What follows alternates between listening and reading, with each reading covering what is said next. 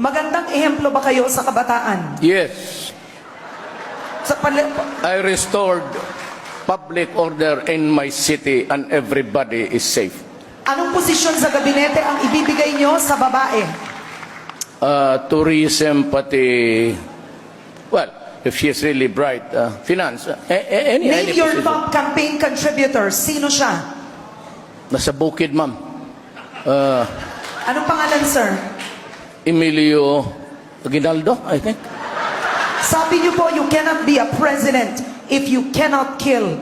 Papatay ba kayo kung kayo'y Pangulo? It's not the actual. Takot kang mamatay, takot kang pumatay, huwag kang magpresidente. Anong sitwasyon ang posibleng mag-udyok sa inyo para magdeklara ng martial law? Well, rebellion, lawless violence, and, rebellion and lawless So, violence. posible ang martial law sa panunungkulan nyo? No, cannot be. Wala namang, hindi na ganoon kalawak ang rebellion natin. Papayag ka bang mailibing sa libingan ng mga bayani si dating Pangulong Marcos? Yes, definitely yes. Because it has divided the country until now. Halos lahat ng Ilocano galit kung bakit ganon ang nangyari. Kaaway It's na time to heal. Kaaway na ba natin ang Amerika kapag kayo'y naging Pangulo? Sila lang mga nag-aaway.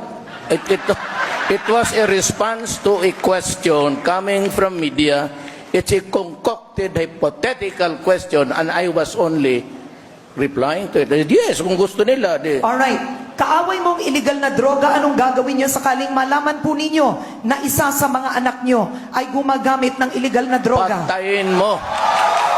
May anak po ba kayong nalulong o gumamit ng illegal na droga? Everything is okay. Everybody is okay, sir. My order is, even if it is a man, kill him.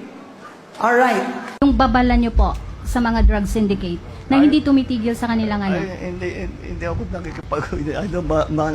bahala kayo sa ginagawa niyo. Basta tuloy-tuloy lang kami. Aabutan din namin kayo. Maliit lang ang Pilipinas. Thank you, sir.